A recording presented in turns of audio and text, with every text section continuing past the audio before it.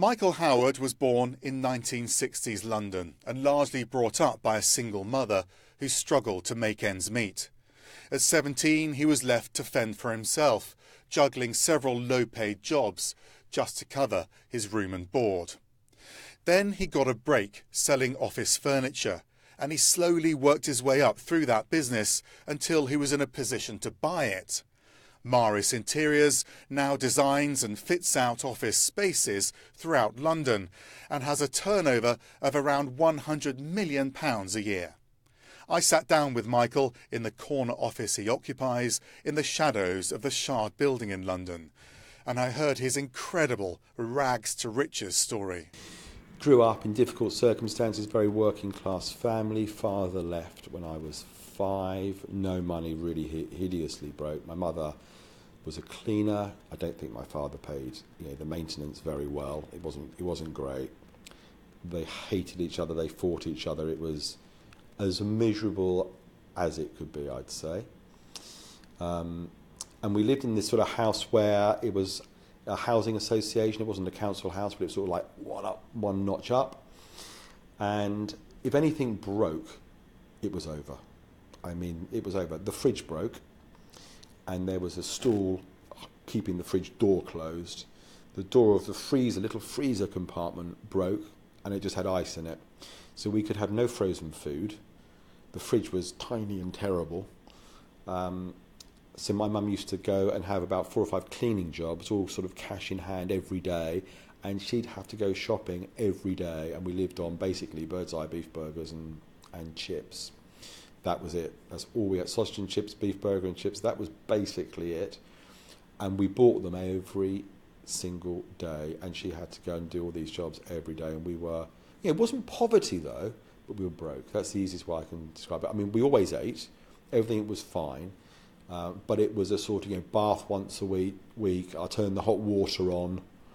And the curtains in the house fell down. They never went back up. The fridge door never got fixed. Nothing ever got fixed. No money, no resources, and not resourceful either. So my mum started drinking. It was a difficult place to be. I remember on Christmas once, my father, being petrified of my mother, left all of our presents in a garage block on the estate, and left a note through the door, and going down there to collect them, she broke them or smashed every single Christmas present up, and me and my brother played, I remember Subutio, with every single component broken. It was basically impossible. So it was tough, and I think it stayed with me, like how horrible, how painful it was. So, how were you at school? Really, head down, didn't like it, had good friends, really average, C grades, didn't do well, virtually no qualifications. I wanted to go to college, but only because my friends was going. I didn't really want to go. And in those days, you needed to wear a sports jacket. We didn't have the money, couldn't go. I'm sure it could have been fixed in a way, but I was too embarrassed. My mum didn't want to ask. I never went. I went out and got a job. I worked in a supermarket. What age was that? I'm 16. You'd left school? I've left school. I'm in a supermarket. I got the job in the job centre. It was called a trainee manager. Oh my God, I was naive. I was expecting you to walk around with a clipboard telling people, till number 2, please, Maureen, customer. Basically, you stack shelves for 30 quid a week. And the beauty of it was, they said, you can only go home when your section is finished. You could never really finish. So you were there till late at night. Anyway, I left there. I got another job in a shoe shop, which was better. Hard work. They were making redundancies. Last in, first out, I was out. I then got a job doing plumbing and heating for 2 years, which was great. Father got me the job.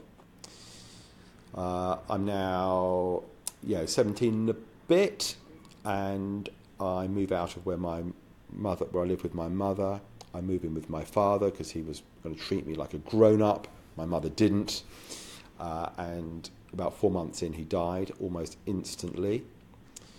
The day of his funeral, the stepmother, who I always got on well with, said, I've checked out the house and everything. The house is mine and the car is mine and the money in the post office.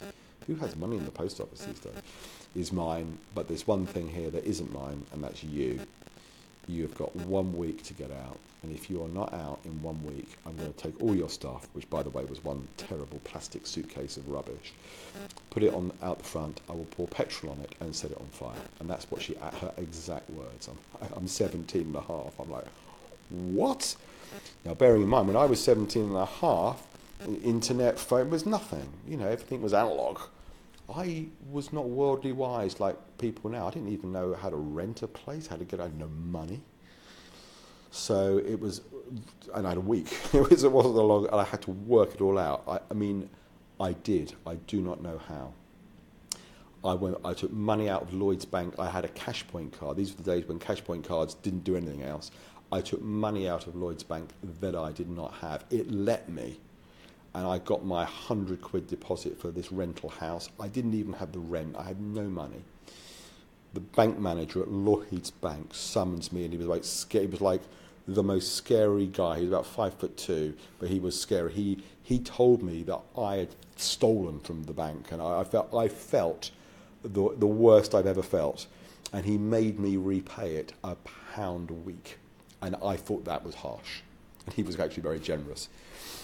And I rented a house with these guys that were from university, that were working for a company locally. And then I woke up and realised I can't afford it. I just cannot do this. So I had my plumbing and heating job. Then I went back to another supermarket. I got an evening job with them all day Saturday. And that wasn't enough.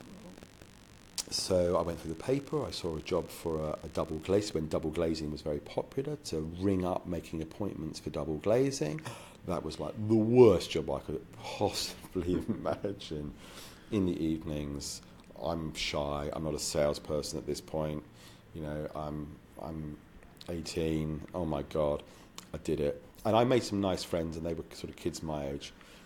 But I was there. I needed it to eat and pay the rent. I mean, I really did. And they were there because they wanted it to go up the pub or to buy fags or do what they want. It was their extra bit of fun money. This was my essential money. So the average, I guess, 4 or 5 weeks was the average, and I was there for 18 months. Within 2 months, I was the best. I had to be. There was no choice. I wasn't the best because I was talented. I was the best because I was desperate. Doing it, and doing it. Because I had to. I didn't want to get fired. Petrified of being fired. And I was getting about 40 quid a week. But that 40 quid, I needed it. So your motivation at the time was actually quite straightforward, it sounds like. You were just feeding yourself and giving yourself shelter. Paying the rent, eating, and living in fear.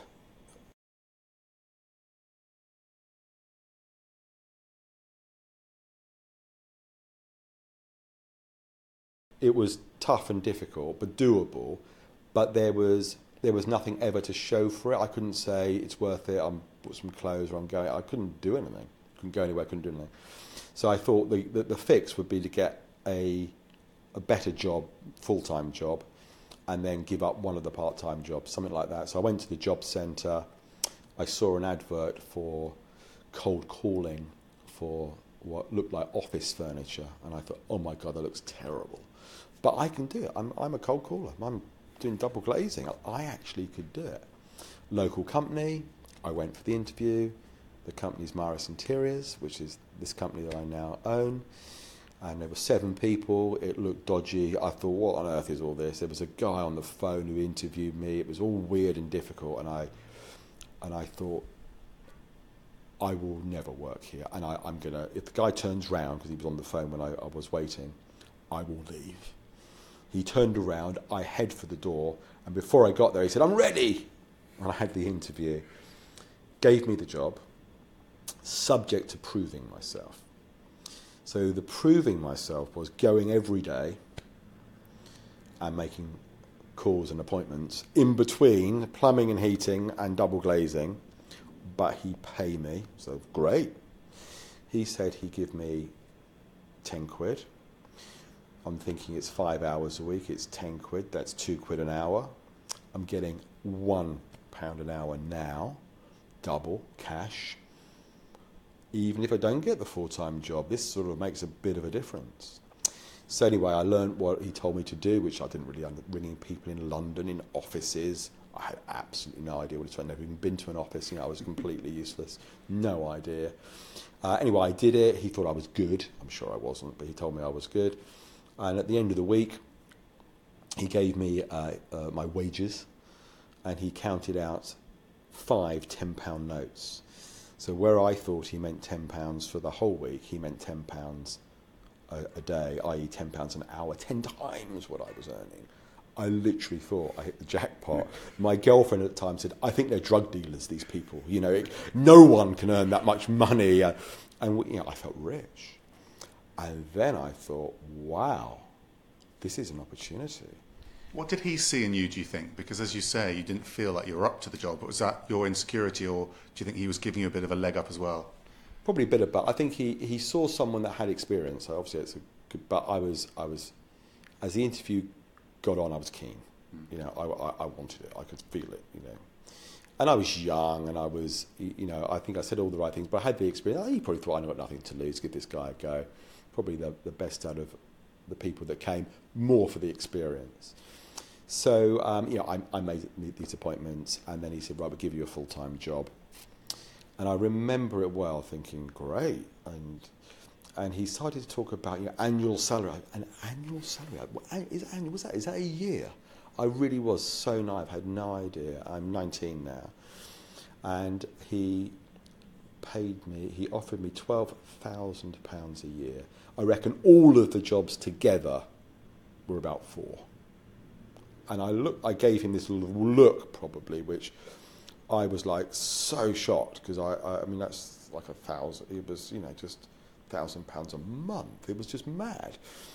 And he said he misunderstood my look, and he said, and a car, because he thought my look was not enough.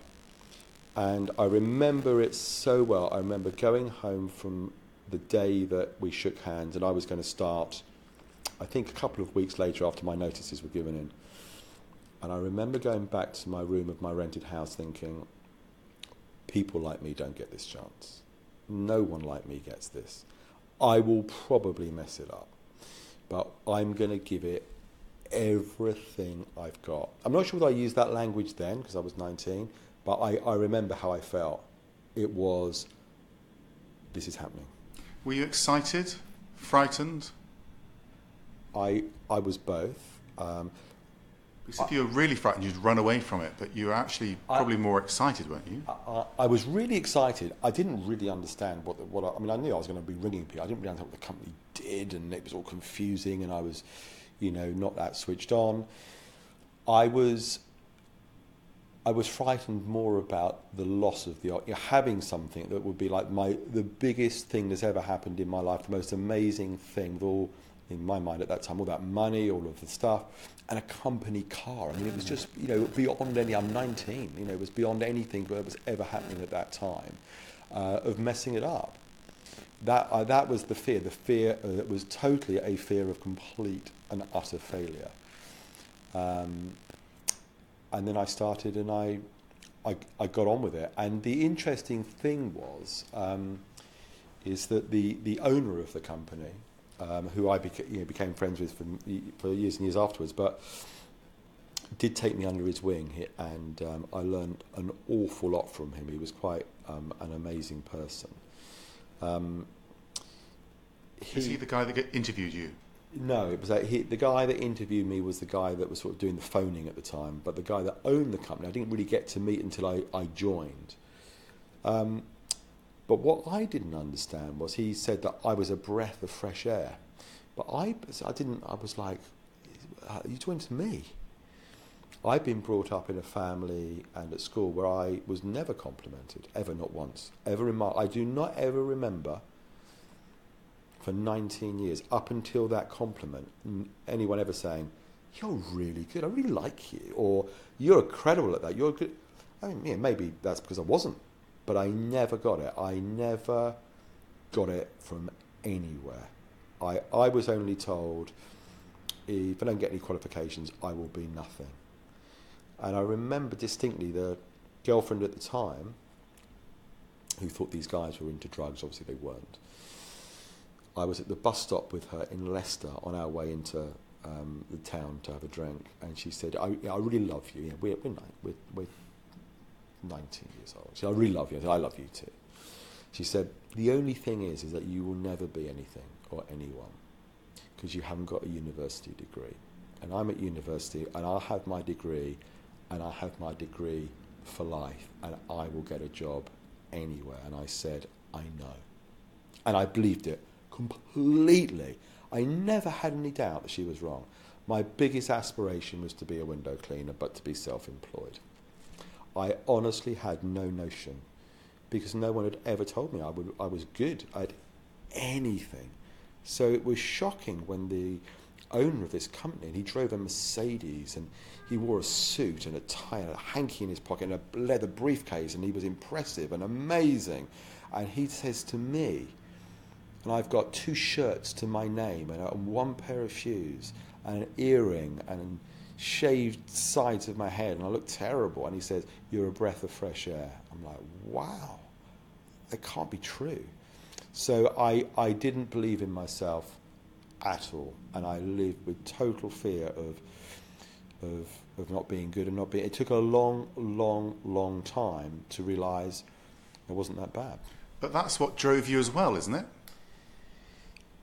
Well, I was just driven by the same thing. I'm driven by just being petrified of failing, and not only being poor, failing, and also letting everyone down, just being humiliated. So isn't the fear not failure in itself, but going back to the where you came from and struggle? Yeah, and I think if you have no money, the amount of crap that you have to take, it's miserable. I remember being on the dole for a month or so. I mean, it is no one, I cannot believe anyone would want to do that. Everything is miserable. Stand in line. And the thing I've enjoyed about making money is it's not actually about all the bells and whistles. That's really, that's what I call fun. And, it's nice to sit up at the front of the plane and all of that stuff. But having money gives you options. It means you don't have to take any crap from anyone, ever. You say, do you know what, I don't like it here, I'm leaving. Do you know what, I don't want to do that, I'm leaving. And you can just go and do whatever the hell you want. And I think if you're broke, you're like in prison. And that's what growing up felt like. It just felt waiting for the bus. Everything is hard and difficult. Everything takes a lot longer.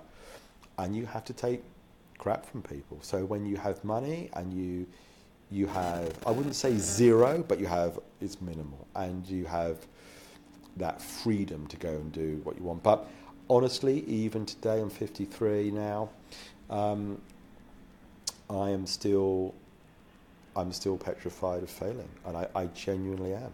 But to summarise, you worked your way up through the company, helped transform it, ultimately bought it, and it's now a big, successful company, and you're at the top of it. So it's a bashful person, but that's a phenomenal story. What motivated you through that whole ladder? Was it the same thing? Yeah. I don't. The motivation, these lots of kids, have the picture of that red Ferrari on the wall of the bedroom and all of that, and I know my kids aren't like that, but I know kids like that. Nothing wrong with it either. There was just I didn't even know there was such a thing as a Ferrari. I had no idea. There was nothing about my life that was aspirational. I didn't aspire. It was always what I didn't want. I didn't want to be broke. Further away from me. I didn't want to be broke. So I wasn't, one day I'll be rich and I can go and shop in Armani and drive. I just didn't even know what any of it was. It wasn't my world. My world was, wouldn't it be great to have a house that had curtains? But that's what's interesting, because, you're being driven by fear more than by hope. You're being driven by fear more than ambition. Yeah. And even today, I wouldn't say I was ambitious. I'll give you a great example. I'm 53, all of this happened all my life. I went out and bought something, a really lovely jumper. It wasn't particularly expensive, but it was a really nice jumper, and I got it home. And I remember thinking, I won't wear that today, I keep that for best. What? Why would I do that? The mentality is, I don't want to hurt it, break it, ruin it, I don't want to wear it out because I've spent 130 quid on a jumper. So it's still with me. I have to keep reminding myself I can just wear it. And I think that motivation away from pain is actually easier than it is towards success. And if you look at a lot of entrepreneurs, a lot of people that have become enormously successful, they've all come from a place of pain. I think I have been lucky that I've seized opportunities and taken them and really gone for them big time. Even recently, I probably only realised, if I'm truthful, that I'm good, successful 3 or 4 years ago. It's recent. Michael, thank you very much for speaking to me. Very welcome, thanks.